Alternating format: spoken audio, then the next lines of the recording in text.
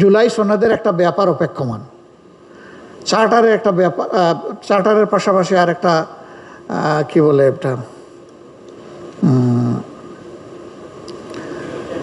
হ্যাঁ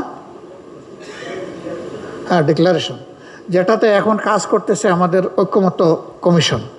এগুলা শেষ করে আমরা আশা করতেছি জুলাই মাসে যদি তারা শেষ করতে পারেন, তাহলে এই বিপ্লবের বছর পুরার সাথে সাথেই এই কাজগুলো সম্পন্ন করা সম্ভব। এই কাজগুলো সম্পন্ন করার পাশাপাশি আরও দুইটা গুরুত্বপূর্ণ কাজ রয়ে গেছে।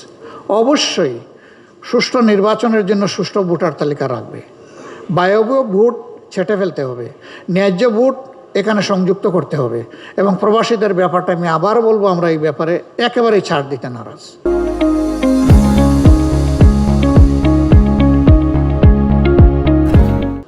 তাদের কন্ট্রিবিউশনকে সম্মান করার জন্য, তাদের নাগরিকত্বকে সম্মান করার জন্য।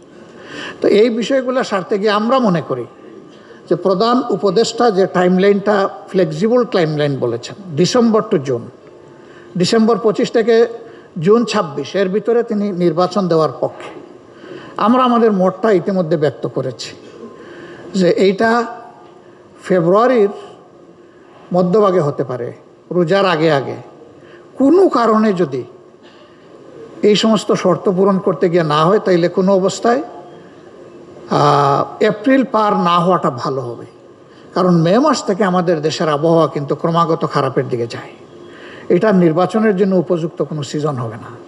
আমরা এইভাবেই আমাদের মতামতটা ব্যক্ত করেছি, কিন্তু আমরা বেঁধে দেওয়ার অধিকার রাখি না। আমরা যদি নির্দিষ্ট করে বলে দেই, তাহলে তো এটা সিদ্ধান্তের পর্যায়ে চলে যায়। সিদ্ধান্ত নেবে সরকার, আমরা তো সিদ্ধান্ত নেব না। আমরা আমাদের মতামত জানাতে পারি, আমাদের দাবি জানাতে পারি, আমরা সেটি জানিয়েছি।